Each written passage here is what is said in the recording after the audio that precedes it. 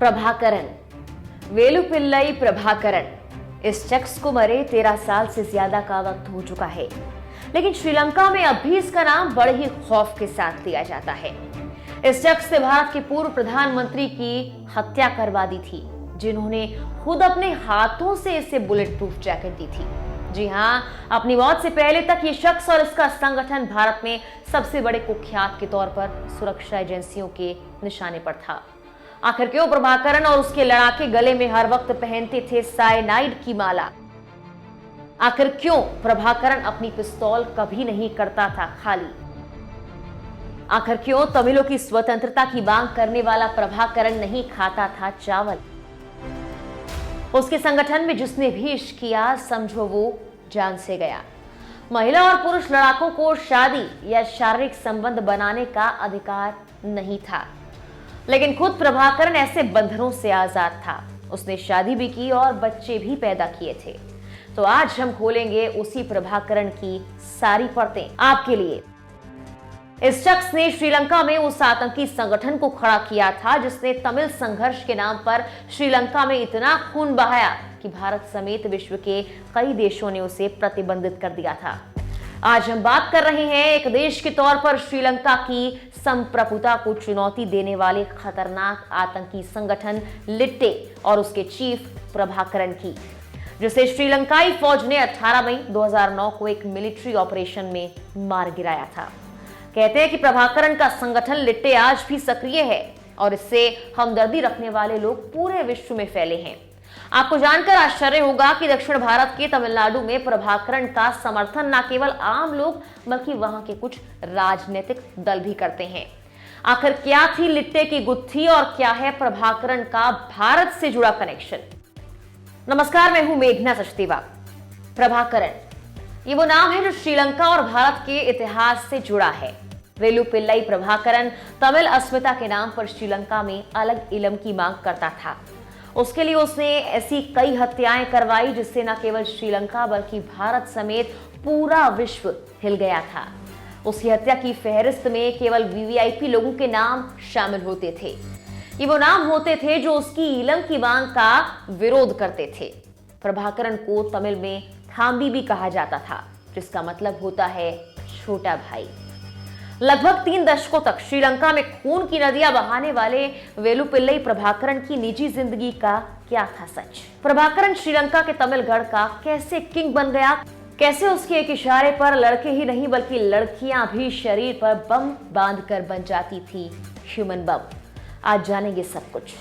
26 नवंबर 1954 को जाफना में वेल्वेथिथुरई शहर में पैदा हुए प्रभाकरन के पिता श्रीलंकाई सरकार में अफसर थे। स्कूल के दिनों में प्रभाकरन ने श्रीलंका में तमिलों के खिलाफ हो रहे भेदभाव और सिंगलियों की कथित जातियों से तंग आकर स्कूली पढ़ाई बीच में छोड़ दी और 1972 में तमिल न्यू टाइगर्स नाम का संगठन शुरू किया। प्रभाकरन तमिल संघर्ष को हिंसक विद्रोह की ओर ले जाना चाहता था। प्रभाकरन ने तमिल मुद्दे पर श्रीलंकाई सरकार को झुकाने के लिए बड़े पैमाने पर युवा तमिल लड़के लड़कियों को अपने संगठन में भर्ती किया। साल 1975 में उसने अपने संगठन के नाम में ईलम यानी स्वतंत्र राष्ट्र को जोड़ दिया। उसी साल लिट्टे के गुरिल्ला लड़ाकों ने वेलिकाडी जेल नरसंहार को अंजाम दिया, जिससे श्रीलंका सरकार बुरी तरह से हिल गई। साल 1975 में ही लिट्टे ने पहली राजनीतिक हत्या के तौर पर जाफना के मेयर अल्फ्रेड दुरियप्पा को निशाना बनाया और आत्मघाती हमले में उन्हें मार गिराया। लिट्टे दुनिया का इकलौता आतंकी संगठन था जिसके पास अपनी थल सेना, नौसेना और वायुसेना के बेड़े थे। लिट्टे के साधारण सैनिकों को टाइगर्स, नौसैनिकों को सी टाइगर्स और वायु सैनिकों को एयर टाइगर्स कहा जाता था। लेकिन लिट्टे की सबसे खतरनाक टुकड़ी ब्लैक टाइगर्स के नाम से जानी जाती थी, जो शरीर पर बम बांधकर आत्मघाती हमला करने के लिए कुख्यात थी। देखते ही देखते प्रभाकरन उत्तरी और पूर्वी श्रीलंका में बहुसंख्यक तमिल आबादी का मसीहा बन बैठा। जाफना और बट्टिकलोवा के जंगलों से प्रभाकरन ने लिट्टे के जरिए शुरू कर दी श्रीलंका सरकार के खिलाफ खुली जंग। इस जंग में न केवल श्रीलंका के सैनिक बल्कि कई राजनेता भी मारे गए। इनमें श्रीलंका के राष्ट्रपति प्रेमदासा, राष्ट्रपति पद की उम्मीदवार दामिनी दिसानायके और रंजन विजयरत्ने, तमिल नेता अप्पा पिल्लई अमृतालिंगम, उनकी पत्नी योगेश्वरम और श्रीलंका के विदेश मंत्री लक्ष्मण का नाम भी शामिल है। यही नहीं, प्रभाकरण इतना सनकी था कि वो अपने सहयोगियों की भी छोटी से छोटी गलती पर दे देता था सजाए मौत। उमा महेश्वरन, सिरी साबरथिनम, पद्मनाभा सहित कई ऐसे लोग थे जो प्रभाकरण का साथ देते हुए भी उनकी गोलियों का शिकार बने। अब बात करते हैं भारत के साथ प्रभाकरण और लिट्टे के कनेक्शन की। तो उसका नाता यूं जुड़ता है कि श्रीलंका के तमिल अंग्रेजों के जमाने में चाय बागान में काम करने के लिए बतौर मजदूर वहां गए थे और फिर वहीं के होकर रह गए। साल 1949 में श्रीलंका स्वतंत्र राष्ट्र बना और वहां पर सिंघली हर क्षेत्र में हावी होने लगे। तमिलों को सरकारी पक्षपात और दमन का शिकार होना पड़ा। सिंघलियों के इसी दमन और पक्षपात की पैदाइश था प्रभाकरण। इस कारण भारत के तमिल क्षेत्र तमिलनाडु में प्रभाकरण को लेकर काफी सिंपैथी थी। भारत सरकार पर भी दबाव था कि वो मामले में दखल दें और तमिलों के पक्ष में श्रीलंका सरकार पर दबाव बनाएं। भारत सरकार ऐसा करने की मंशा रखती थी, लेकिन उस मंशा के आड़े आ गई प्रभाकरण के इलम यानी स्वतंत्र राष्ट्र की मांग। साल 1986 के जुलाई महीने में तत्कालीन प्रधानमंत्री राजीव गांधी ने प्रभाकरण को इलम के मुद्दे पर मनाने के लिए भारत आने का न्योता दिया, जिसे प्रभाकरण ने स्वीकार कर लिया। श्रीलंकाई सरकार की मंजूरी के बाद भारतीय विदेश सेवा के तत्कालीन वरिष्ठ अधिकारी हरदीप पुरी प्रभाकरण को लेने के लिए भारतीय वायुसेना के हेलीकॉप्टर से जाफना गए। जी हाँ, ये वही हरदीप पुरी हैं जो इस समय नरेंद्र मोदी सरकार में मंत्री हैं। पुरी साहब प्रभाकरण को लेकर चेन्नई पहुंचे। हवाई अड्डे के वीआईपी लाउंज में हरदीप पुरी ने प्रभाकरण के लिए चावल और चिकन करी का ऑर्डर दिया।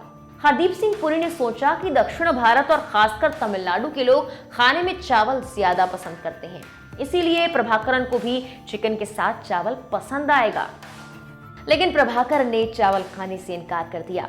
प्रभाकरण ने हरदीप सिंह पुरी से अपनी पिस्तौल दिखाते हुए कहा कि वो चावल की जगह रोटी खाएंगे, क्योंकि चावल खाने से पिस्तौल के ट्रिगर को दबाने वाली उंगली पर असर पड़ता है। प्रभाकरण की कमर पर हमेशा लोडेड पिस्तौल लटकती रहती थी।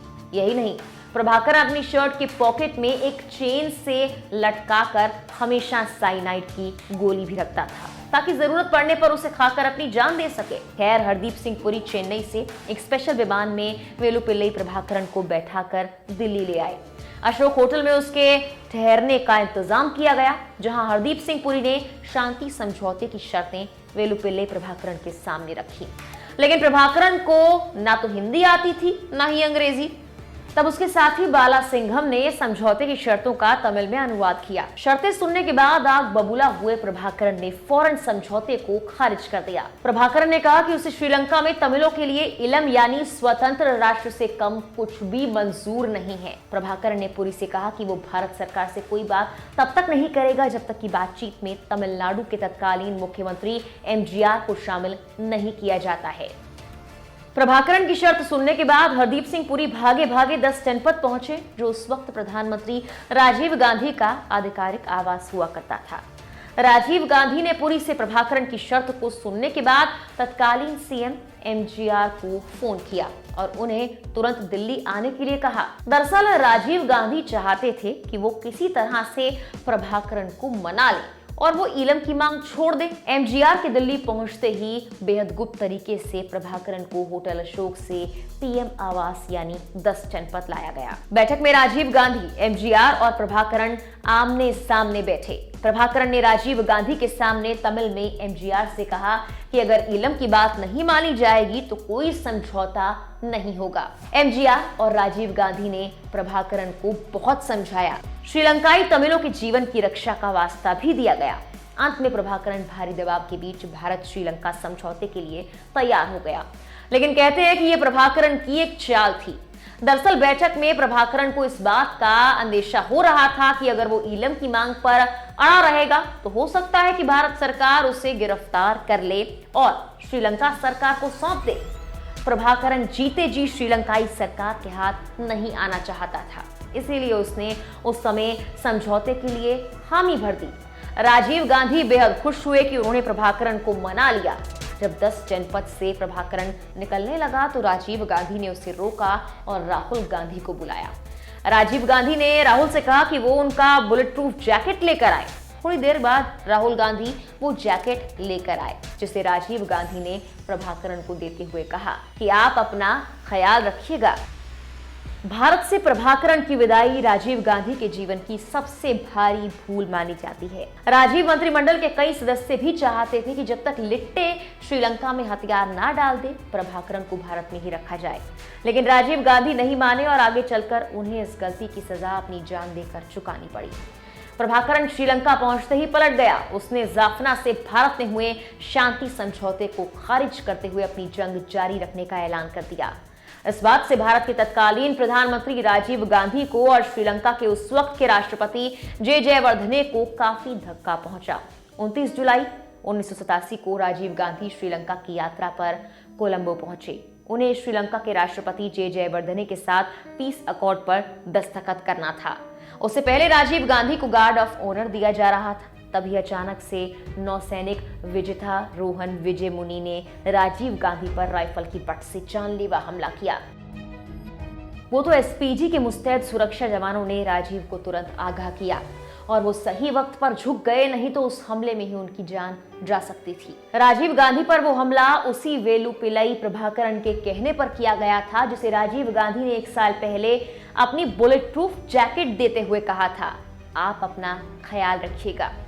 विदेशी दौरे पर भारत के प्रधानमंत्री पर किया गया एक लौता विदेशी हमला है। खैर, राजीव गांधी ने श्रीलंका के साथ समझौते के तहत भारतीय सेना को लिट्टे के खिलाफ उतार दिया और ये उनके जीवन की अंतिम भूल साबित हुई। लिट्टे का कहना था कि 1987 का भारत श्रीलंका समझौता श्रीलंकाई तमिलों को दबाने के लिए किया गया था और भारत की शांति सेना ने लिट्टे के लड़ाकों को मौत के घाट उतारा है। इसके बाद प्रभाकरण ने तय कर लिया कि राजीव गांधी का जिंदा रहना उसके लिए और लिट्टे के लिए सही नहीं होगा। करीब 4 साल के बाद तमिलनाडु के श्रीपेरम्बदूर में 21 मई 1991 की रात 10:21 पर वो हुआ जो प्रभाकरण चाहता था। श्रीपेरम्बदूर की चुनावी रैली में धनु नाम की लड़की ने राजीव गांधी को चंदन का हार पहनाया। राजीव गांधी के पैर छुए उसके बाद एक जोरदार धमाका हुआ। चारों तरफ लाशों के चित्रे नजर आ रहे थे। राजीव गांधी के शव की शिनाख्त उनके जूतों से हुई। राजीव गांधी का सिर साथ में मारे गए पीएसओ के कदमों में पड़ा था। प्रभाकरण अपने मकसद में कामयाब हो गया और देश राजीव गांधी की जिंदगी हार चुका था। लगभग 37 सालों तक प्रभाकरण ने श्रीलंका में जमकर खेली खून की होली। उसकी छींटे भारत पर भी पड़ी, वो भी राजीव गांधी की हत्या की शक्ल में। प्रभाकरण के इलम की जिद ने करीब 70,000 आम लोगों की जान ले ली।